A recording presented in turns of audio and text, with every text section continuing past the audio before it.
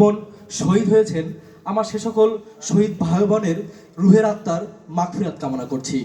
শ্রদ্ধাভরে স্মরণ করছি জুলাই বিপ্লবের আন্দোলনে এখনো যারা হাসপাতালে, কেউ হাত হারিয়েছে, কেউ পা হারিয়েছে, কেউ আবার তার 2 চোখ হারিয়েছে, সেই পঙ্গুত্ব বরণকারী বীর যোদ্ধাদের।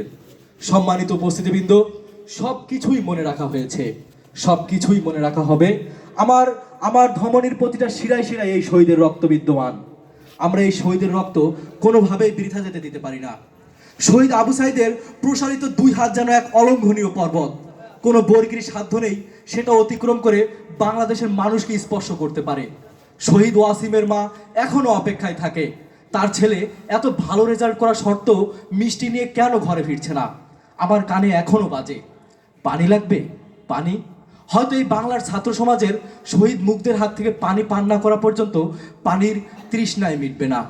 শহীদ সৈকত যে সকল রাস্তায় চলাফেরা করত, তার বাবা এখন প্রায়শই সেখানে ঘন্টার পর ঘন্টা দাঁড়িয়ে থাকে। সেখানে দাঁড়িয়ে থাকলে নাকি তিনি তার ছেলের ওম খুঁজে পান। শহীদ আনাস তার শেষ চিঠিতে তার মাকে উদ্দেশ্য করে লিখেছিল, একদিন তো মরতেই হবে, তবে মরতে হলে ঘরে বসে না থেকে বীরের মতো মরব। আমি মারা গেলে কষ্ট না পেয়ে গর্বিত হয়েও। একটা বুলেট বুক ছেদ্র করে বেরিয়ে যাওয়ার তীব্র কষ্ট কি আমরা অনুভব করতে পারি?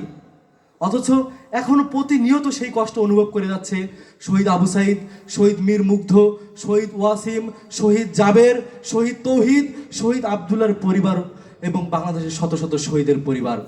সদ্য জন্ম নেওয়ার শিশুটা জানে না তার পিতা এই পৃথিবীতে বেঁচে নেই।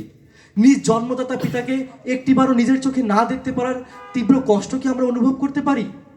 মাত্র 4 বছরের মেয়েটি এখনো অপেক্ষায় থাকে, তার প্রিয় বাবা আসবে, তার জন্য চকলেট নিয়ে আসবে। কিন্তু শহীদ প্রিয় এখনো পর্যন্ত চকলেট নিয়ে ঘরে ফেরেনি। সম্মানিত উপস্থিতবৃন্দ, জুলাই বিপ্লবের এই আন্দোলনে আমার 600-রও বেশি শিক্ষার্থী ভাই বোনেরা তাদের চোখ হারিয়েছে। অথচ যেই চোখে কত হাজার হাজার স্বপ্ন ছিল, আজ সেই চোখে বিষণ্ণ অন্ধকার।